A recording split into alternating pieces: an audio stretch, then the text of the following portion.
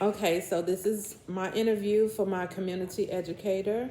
Um, I just wanted to say I chose Miss Pearl because Hi. she's a great communicator. I worked with her before, and she did a great job Thank you. managing the center that I was in. So Mhm. the first person I thought about was her. So, Well, thank you. I uh, appreciate that. okay, you can tell. My name is Miss Simmons. I am an educator. I am also the admin support for all smart kids.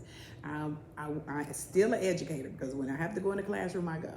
But I do educate the staff as well now and the children. So I enjoy what I do. I've been here for years. I've been here with the smart kids almost 17 years.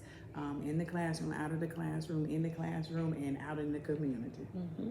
Yes, sir. So I have a list of questions that Okay. I want to ask Mhm. you. You can just explain the questions to me, or Okay, that's fine. So number one, can you explain the organization's mission?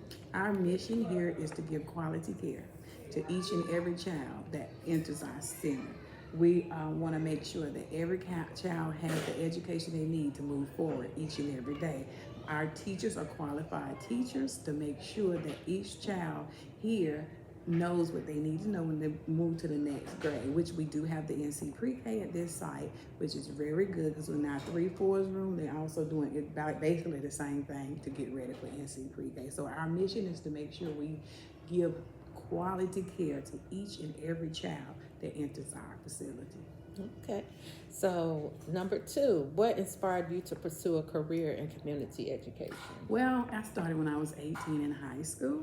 I ain't gonna go all the way. I'm going back that far, but I ain't gonna make it that long. So I started when I was 18. Didn't think I was gonna make a career out of it, and then one day I decided to have a child, which I was still working in childcare then, and I decided to. I was working for Aunt Carmen's Child Care over at the plaza for years. And then all of a sudden she wanted me to become assistant director. And I was like, I don't know if I could do it, but I started there. Mm-hmm. And I met one of the state consultants. Her name was Betty Wright back then, them days. I ain't gonna tell you how old I am, but, and she talked to me and said, hey, start going back to college. And once I did, I never stopped. So once I went back to college and got my degree and did what I needed to do, here I am now. I just went ahead and made a career out of it because I love working with kids and families. So number four, what do you believe are the most important qualities for a community educator? The most important qualities for a community educator, right? Education. A community educator. Okay, so know your community, know your children, know what each community needs, and be able to provide the resources for them. Okay. As long as you can do those things, then you could be a community educator because that's what we need. We need people to get out in the community and not only for children, but even for the adults. Because some of the adults that we have, children need to still be educated. Exactly. Because a lot of things are not passed on to a lot of minorities or, whoever it may be that needs to be passed on. So me and my teachers like to make sure that the staff, the parents know exactly what they need. When we have resources, we pass them out. All right. So, number five, how do you stay informed about current trends and issues in the community education? Well, we take workshops. We go to workshops. We also have our consultants. We have consultant meetings. Our state consultants always have meetings, and we go those annually. We want to make sure that we get websites. We get things through our websites, telling us about what's going on in the community and what we can do, like grants, like the stabilization grant and stuff like that to help with whatever need to meet the center the way it should be each and every time. Okay, Yeah. perfect.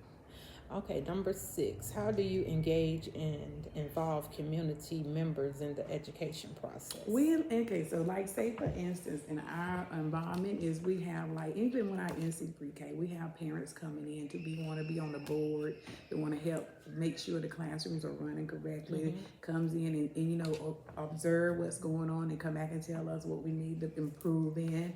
So that's how we do it. We have people involved, families, we have even even advocates to come in and help out with things too, to make sure we're staying on board. And then, then you have the eaters and eckers that comes through each and every 3 to 4 years.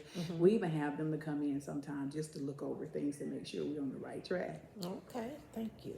And then the last question is, how do you measure the success of a community education program project?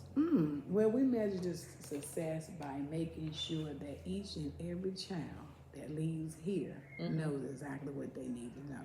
And how we do that, we have evaluations of each of children and where they start and where they end. We have evaluation even for staff to see where their growth is. Because sometimes you get staff that's at the beginning, but we have to teach them as they go. And we also have teach programs that help with educating, that helps pay for our teachers to go back to school. And when you got your financial aid and things like that, and teachers are eager to go and learn once they start. So that's how we do it. Thank you so much. Oh, Perfect. you're I welcome. think he's gonna be the perfect person. Thank you so You're much. welcome. Oh, it's always okay. Thank you Y'all so have a much. nice day. All right, thank you. You're welcome.